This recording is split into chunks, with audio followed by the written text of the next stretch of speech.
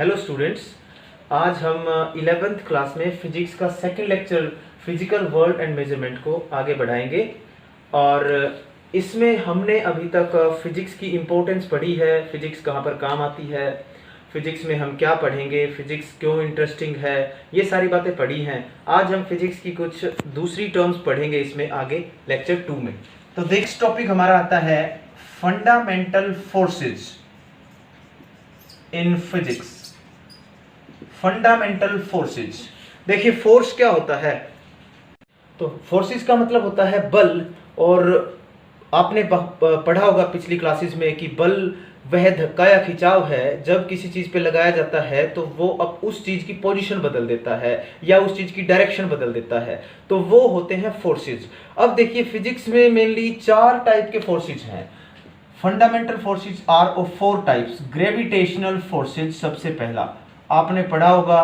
Gravitational forces, गुरुत्वाकर्षण का बल जो होता है ना, उसको बोलते हैं ग्रेविटेशनल फोर्सेस। आपने छोटी क्लासेस में पढ़ा होगा, 8th में 9th में। तो ग्रेविटेशनल फोर्सेस का मतलब क्या है, दो चीजों के बीच में गुरुत्वाकर्षण बल जो होता है, जैसे कि धरती है वो सूरज के चारों तरफ घूम रही है। वो क्यों घूम रही है? क्योंकि सन का ग्रेविटेशनल फोर्स है जो अर्थ को बांधे हुए है। ठीक ऐसे ही मून जो है वो अर्थ के अराउंड घूम रहा है। तो चंद्रमा अर्थ के अराउंड क्यों घूम रहा है? क्योंकि अर्थ का ग्रेविटेशनल फोर्स है जो उसको बांधे हुए है। ठीक है, इसके बारे में हम और डिटेल में आगे पढ़ेंगे। एक स्पेशल यूनिट है हमारी इस बार ग्रेविटेशन नाम से। फिजिक्स में 6th यूनिट पूरी ग्रेविटेशन के ऊपर ही है, उसमें हम और ज्यादा डिटेल से पढ़ेंगे। अभी तक ग्रेविटेशनल फोर्सेस के बारे में आप इतना ही जाने, कोई भी दो वस्तुएं जिनमें कुछ भार होता है, द्रव्यमान होता है, मास होता है, वो आपस में एक दूसरे को आकर्षित करती हैं, और जिस फोर्स से आकर्षित करती हैं वो ग्रेविटेशनल फोर्सेस होते हैं। और ये काफी वीक फोर्सेस होते हैं, काफी कम फोर्स होता है ये। उसके बाद नेक्स्ट फोर्स हमारा आता है वीक न्यूक्लियर फोर्सेस। हालांकि इनका नाम वीक न्यूक्लियर फोर्सेस है, लेकिन अगर हम ग्रेविटेशनल फोर्सेस से इसकी तुलना करें तो 10 की पावर 25 गुना ज्यादा होता है ग्रेविटेशनल फोर्सेस से weak nuclear force. Nuclear force जहां पर भी टर्म आएगी, हम उसको अच्छे से रेडियो एक्टिविटी नाम की एक फिनोमिना होता है, घटना होती है, जिसमें हम वीक न्यूक्लियर फोर्सेस को पढ़ते हैं। बीटा डीके नाम का एक प्रोसेस होता है रेडियो एक्टिविटी में, वो जब हम पढ़ेंगे तब हम समझेंगे कि न्यूक्लियर फोर्सेस क्या होते हैं, वीक न्यूक्लियर फोर्सेस क्या होते हैं। अभी के लिए मैं केवल आपको इतना बता देता हूं, एक न्यूक्लियस के अंदर प्रोटॉन और न्यूट्रॉन होते हैं और वो आपस में बंधे हुए होते हैं। तो जब भी रेडियो एक्टिविटी नाम की ये फिनोमिना है, आपने कभी पढ़ा जरूर होगा इसके बारे में, रेडियो धर्मिता बोलते हैं इसको हिंदी में। रेडियो एक्टिविटी में क्या होता है, एक परमाणु, एक एटम अपने आप ही खत्म होना शुरू हो जाता है, उसमें से अल्फा, बीटा और गामा के रूप में कुछ विकिरण निकलते हैं और धीरे धीरे वो चीज उसको खत्म करती चली जाती है। तो बीटा डीके नाम की प्रोसेस में हम पढ़ते हैं वीक न्यूक्लियर फोर्सेस। अभी क्योंकि आपको रेडियो एक्टिविटी के बारे में ज्यादा नहीं पता, बीटा पार्टिकल्स के बारे में ज्यादा नहीं पता, तो अभी के लिए आप इतना ही समझिए कि आगे हम इसको डिटेल में समझेंगे। उसके बाद है तीसरे टाइप के फोर्सेस जो पढ़ेंगे हम, वो है इलेक्ट्रोमैग्नेटिक फोर्सेस। इलेक्ट्रोमैग्नेटिक फोर्सेस क्या होते हैं? यहां पर हमें इलेक्ट्रो और मैग्नेटिज्म, 2 टाइप की चीजें पता चल रही हैं। इलेक्ट्रो का मतलब जहां पर आवेश की बात आए, चार्जेस की बात आए। आपने पढ़ा होगा धन आवेश और ऋण आवेश 2 प्रकार के होते हैं, positive charges and negative charges. और आपको यह भी पता होना चाहिए कि पॉजिटिव क्या करते हैं, एक दूसरे को रिपेल करते हैं, दूर भगाते हैं। ऐसे ही नेगेटिव भी एक दूसरे को रिपेल करते हैं, लेकिन पॉजिटिव और नेगेटिव एक दूसरे को अट्रैक्ट करते हैं, आकर्षित करते हैं। तो जिस फोर्स की मैं बात कर रहा हूं, ये इलेक्ट्रोमैग्नेटिक फोर्स, ये है आवेशित कणों के ऊपर लगने वाला फोर्स आपस का।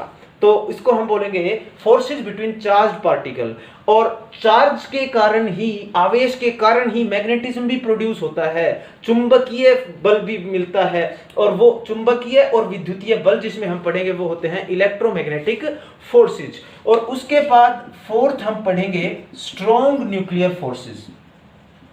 स्ट्रॉन्ग न्यूक्लियर फोर्सेस, ये अभी तक आई थिंक स्ट्रॉन्गेस्ट फोर्सेस हैं, स्ट्रॉन्ग न्यूक्लियर फोर्सेस।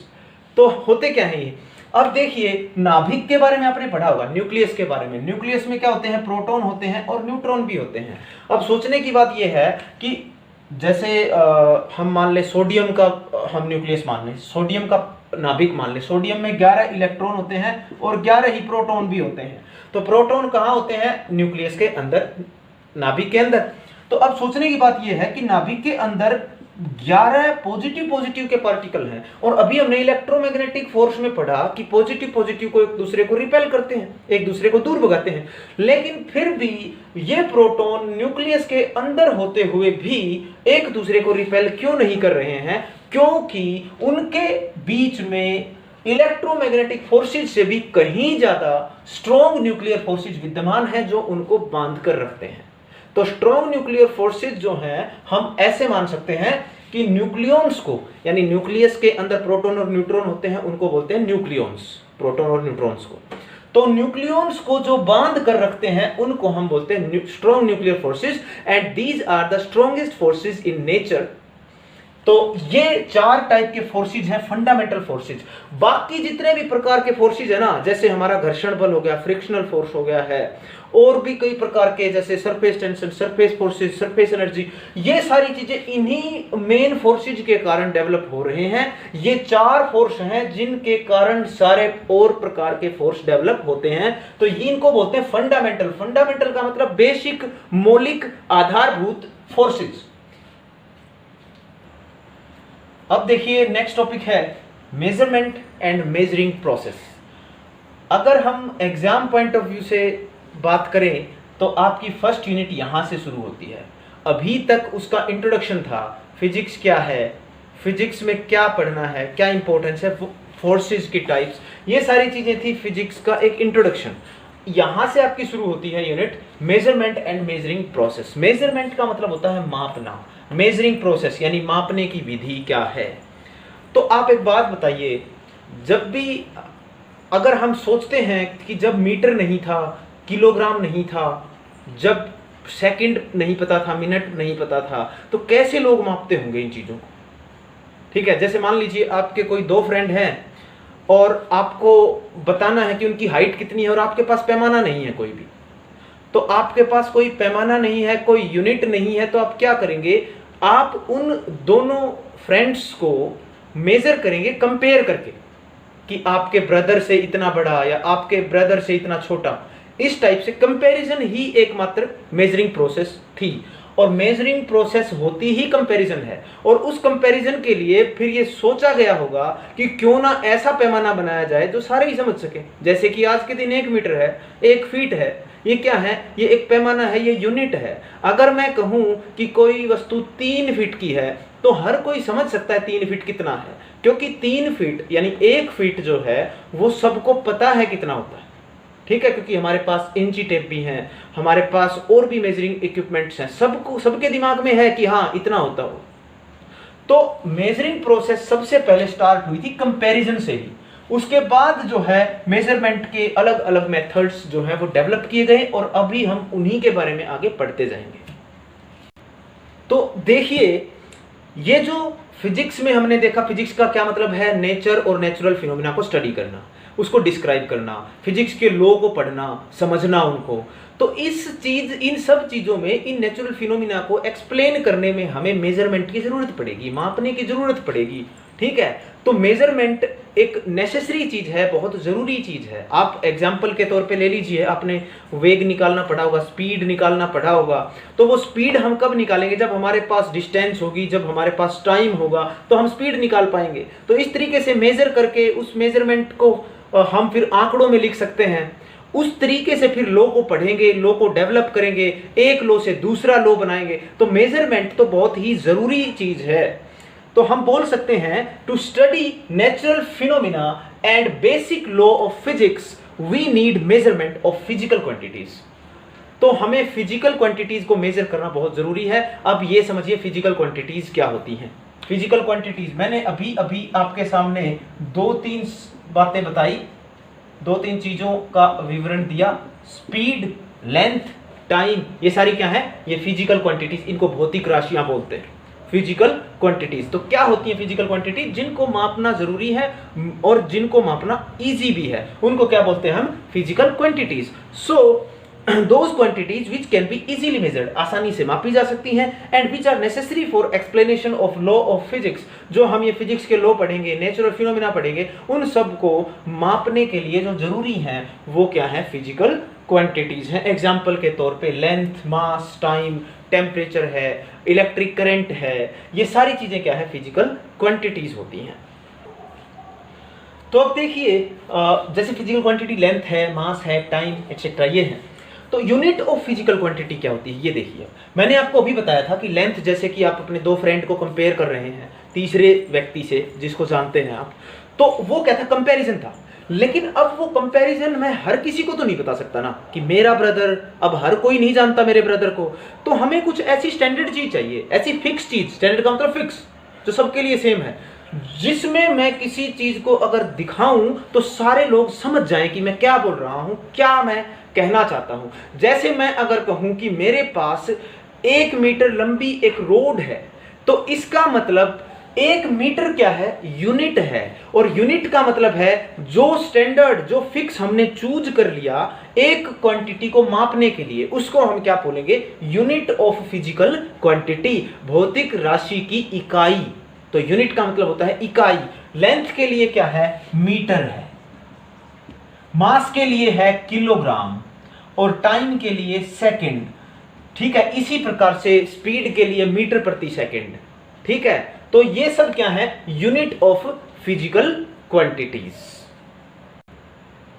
अब देखिए, मान लीजिए मेरे पास एक रोड है और मुझे उसकी लंबाई ज्ञात करनी है, और मेरे को यह पता है कि 1 मीटर कितना होता है। तो उस 1 मीटर की मेजरमेंट से मैं देखता हूं कि 1, 2, 3 और 4, मतलब 1 मीटर को मैं 4 बार अगर यहां पर ऐड करूं तो जो मेरे पास रोड है उसकी लंबाई इतनी है। यहां से मैं पता कर सकता हूं कि इस रोड की लंबाई कितनी हो गई, 4 मीटर। तो इस तरीके से मैं एक क्वांटिटी को मेजर कर सकता हूं, उसकी यूनिट और यहां पर उसकी वैल्यू। तो हम किसी फिजिकल क्वांटिटी को ऐसे हम डिस्क्राइब करते हैं कि उसकी वैल्यू कितनी है और उसकी मापन इकाई क्या है, मेजरमेंट यूनिट क्या है। तो Q is equal to 4 metre. तो आई थिंक आप समझ गए होंगे इसको। यूनिट का मतलब है जिसमें किसी इकाई को मापा जाता है, जैसे मास किलोग्राम में है, टाइम सेकंड में मापते हैं। तो इस तरीके से ये दोनों चीजें बहुत इंपॉर्टेंट है, फिजिकल क्वांटिटीज और उसकी यूनिट। फिजिकल क्वांटिटी जिस राशि को मापना जरूरी है, और यूनिट का मतलब जिसके थ्रू उस राशि को मापा जाता है, उसको हम क्या बोलेंगे, unit of that physical quantity. अब देखिए, फिजिकल क्वांटिटीज भी 2 टाइप की होती हैं। एक तो होती है फंडामेंटल का मतलब बेसिक क्वांटिटीज भी बोल देते हैं, और दूसरी होती है डेराइव्ड क्वांटिटीज। तो फंडामेंटल क्वांटिटीज क्या होती हैं, simplest quantities which can not be broken into simpler quantities, मतलब उनसे सिंपल नहीं हो सकती है, उनको और नहीं तोड़ा जा सकता है। They can not be broken into simpler quantities, तो उनको बोलेंगे फंडामेंटल।